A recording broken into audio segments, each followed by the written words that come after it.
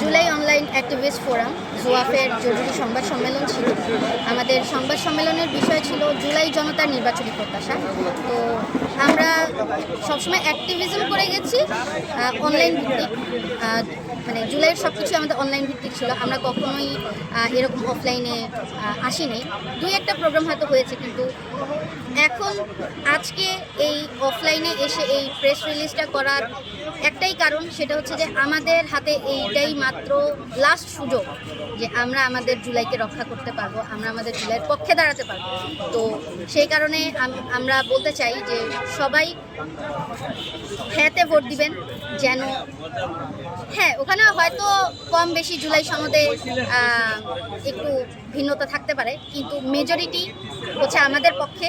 তাই আমরা কেউ যেন বিচলিত না হই, কেউ যেন আমরা ভুল না বুঝি। আমরা অবশ্যই চেষ্টা করব সবাই হাতে ভোট দিতে।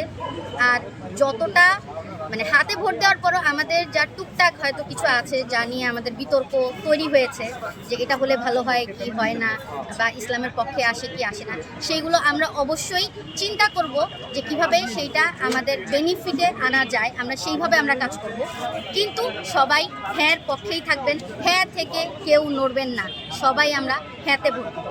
আর পাশাপাশি হচ্ছে যারা আমাদের বিভিন্ন প্রার্থী আছেন, বিভিন্ন আসনে যারা লড়াই করছেন, তাদের কিছু কিছু আসন এমন আছে যারা এটা খুব সুন্দরভাবে তুলে ধরেছেন যে তারা স্পেসিফিক ওই এলাকায় কি কি কাজ করবে, কিন্তু এটা এখনো পর্যন্ত সব আসনের প্রার্থীরা এটা উল্লেখ করেন। যার কারণে আমরা মনে করি যে যেই আসনে আছেন তাদের এই স্পেসিফিক কী কী কাজ এগুলো না জানার কারণে আমরা দ্বিধান্বিত হচ্ছি। আমরা বুঝতে পারছি না যে আসলেই উনি এলাকা ভিত্তিক কী কাজ করবেন। দলীয় কাজ অবশ্যই করবেন, আপনার দলীয় যে ইশতেহার আছে সেগুলো নিয়ে কাজ অবশ্যই হবে, কিন্তু সবার আগে আপনার মনে রাখতে হবে আপনি যেই আসনে দাঁড়িয়েছেন সেই আসন ভিত্তিক যে এলাকাগুলো আছে সেই এলাকায় আপনি কী কী কাজ করবেন। আমরা এলাকায় কাজ দেখতে চাই, দল আসবে, কিন্তু আগে সাধারণ জনগণের কথা চিন্তা করতে হবে। আমি যদি আমার এলাকার কথা বলি, আমার এলাকায় এই নির্বাচনী প্রচারণা করতে গিয়ে দেখা গেছে যে আমার বাসার জানালা পর্যন্ত ঢেকে দেওয়া হয়েছে, ইভেন এটা আমাদের কাছে কোনো পারমিশন ছাড়াই।